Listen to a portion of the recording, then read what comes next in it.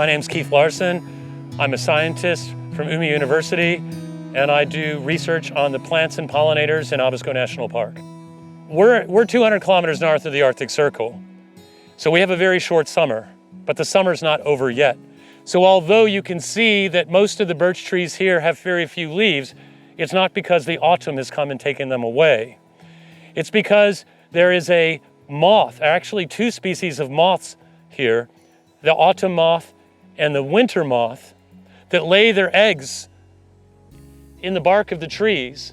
And then when the trees start to green up, the caterpillars come out and they eat the leaves. Now these two species have approximately a 10-year cycle. So right now, last year and this year is the peak, at least we think it's the peak, of this cycle.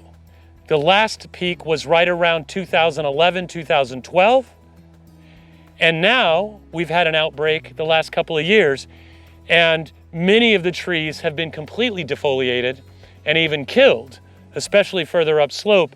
But these trees have lost their leaves this spring, or early summer, I should say, and they have grown new leaves. Now, if we look below the trees, we can see that the birch moths even impact the woody shrubs like the crowberry here. So these crowberries here were in some ways affected by the birch moth outbreak last year, and they're dead. Well, right during the outbreak and after the outbreak, the most clear thing that happens is that without the leaves, you don't have shade. So in the summers after the outbreak, where the leaves are removed from the trees, whether the trees are dead or recovering, you tend to get grasses. The grass here that we get is Deschampsia flexosa, but it's a tall grass. And when you look along here, you can almost see these small little grass. It's the end of the summer, but you know, the grasses respond because they like the sunshine. You also get more of the leafy flowering plants like the solidago, the goldenrods. They tend to thrive under here. Fireweed tends to thrive in these areas. So what we'll see in the next few summers is more obvious flowering plants and more grasses. That will be the most obvious thing that you'll see.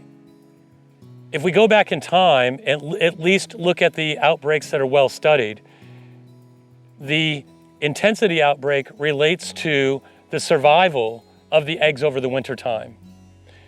So the people who study these moths have shown that once the winter temperatures exceed for days or periods at a time, temperatures lower than -30, -32, it kills the eggs. The air is really dry when it's that cold, and it kills the eggs. And again, the eggs are typically laid kind of in the bark of the trees. But when the temperatures are warmer than that, more and more of the eggs survive over the winter time. And so one of the things we might predict in a warming climate is that we will get more intense outbreaks and possibly longer and more frequent outbreaks, simply because the eggs from the birch moth are just not killed in the winter times. The winter's when it's warming here, not so much the summer. It's warming in the summer, but not like the winter.